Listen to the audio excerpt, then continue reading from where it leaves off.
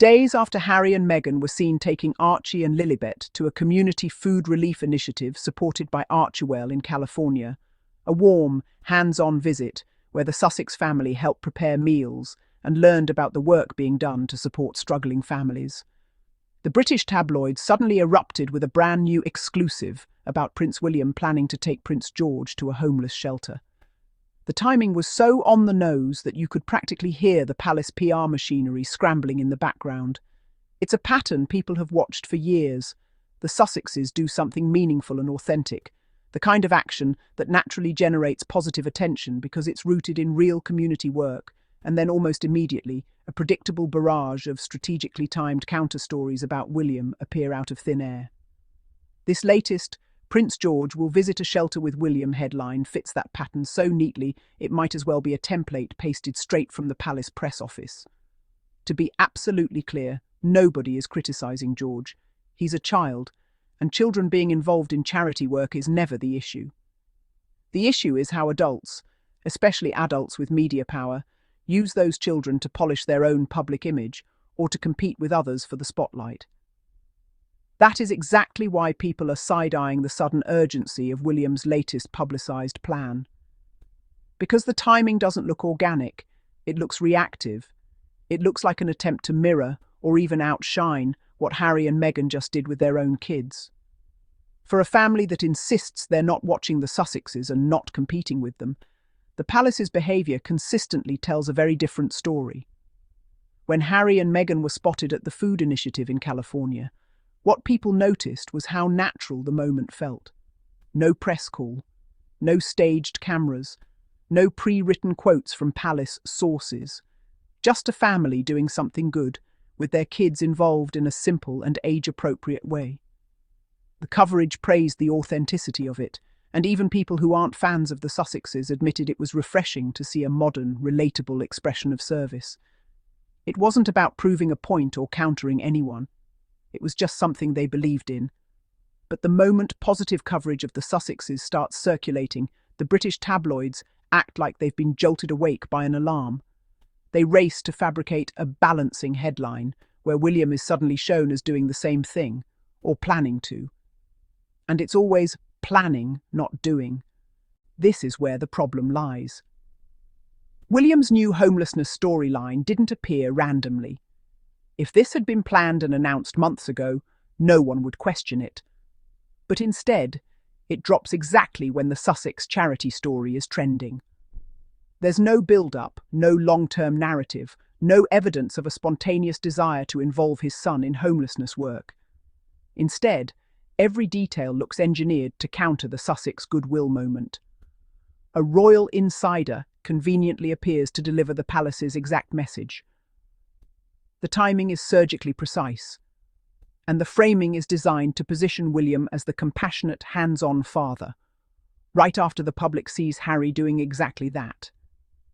It becomes less about charity and more about image positioning, less about helping the homeless and more about keeping up with the Sussexes. Anyone who has watched the royal PR battlefield understands how these things work. Harry and Meghan generate organic headlines. Their stories come from actual actions, not palace press briefings. William's responses often feel like PR damage control designed to reassert his relevance. And it becomes especially noticeable because the stories almost always surface through the same tabloids that have spent years attacking Meghan and Harry. These outlets don't randomly promote William. They do it when they need to counter a narrative that benefits the Sussexes. The pattern is too consistent to ignore. People also remember that William launched his Homewards project, a homelessness initiative that was supposed to redefine his public mission. Instead of building a movement through sustained work, follow-through, and measurable outcomes, the coverage has mostly consisted of PR articles, photo ops, and vague plans. The public hasn't seen the substance behind the announcements, so when another one pops up conveniently, right after Meghan and Harry have done something tangible, it naturally fuels suspicion.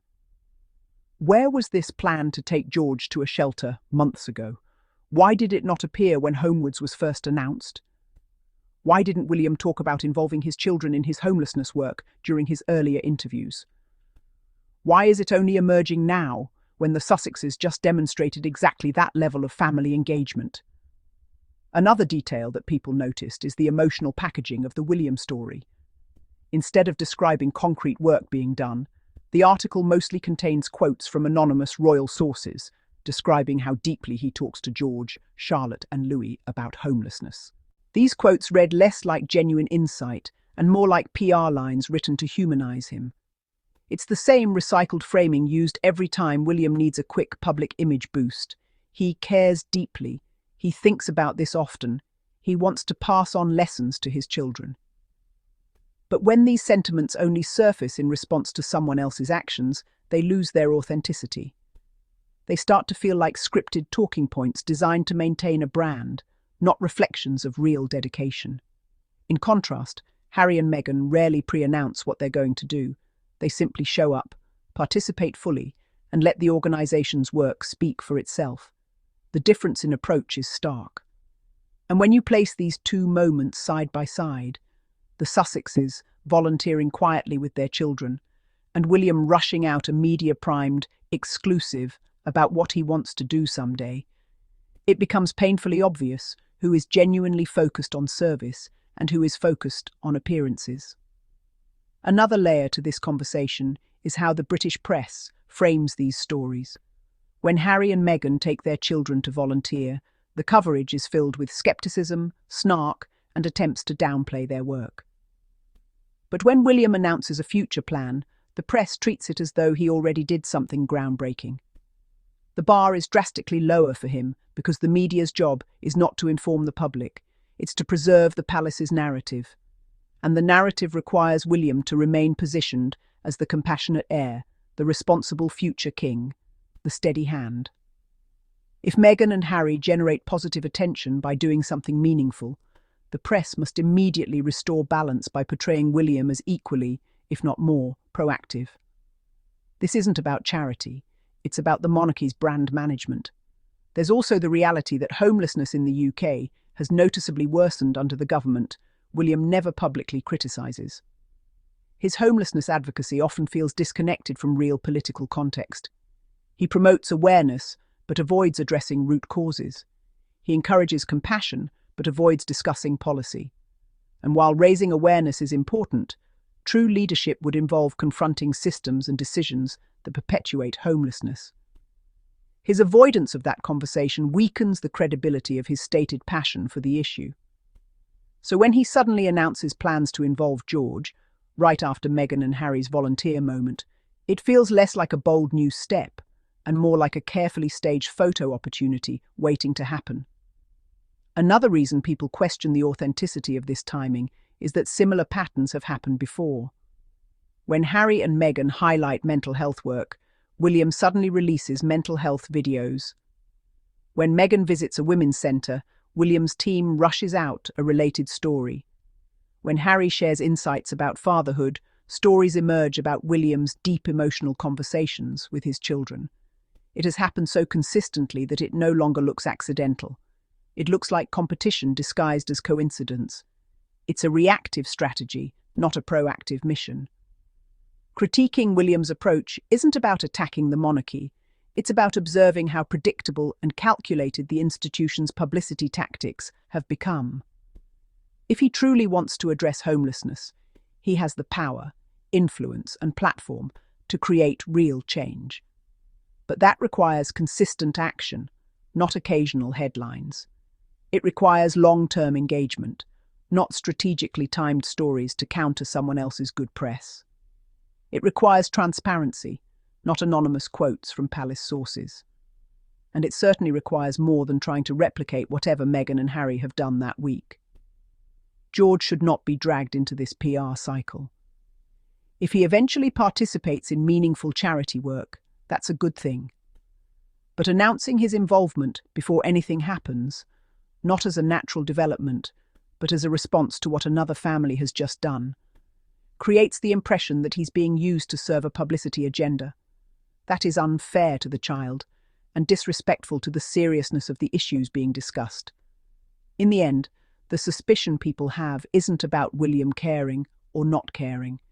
It's about the evident pattern of reactive PR. a pattern that repeatedly places image over substance, timing over authenticity, optics over reality. When Harry and Meghan take their children to serve their community, the act speaks for itself. When William suddenly announces similar plans only after the Sussexes have received praise, the move inevitably looks like imitation, not initiative. The issue isn't whether charity is good, it's whether the motivations are genuine, or whether they're just part of a never-ending attempt to keep up with the Sussexes.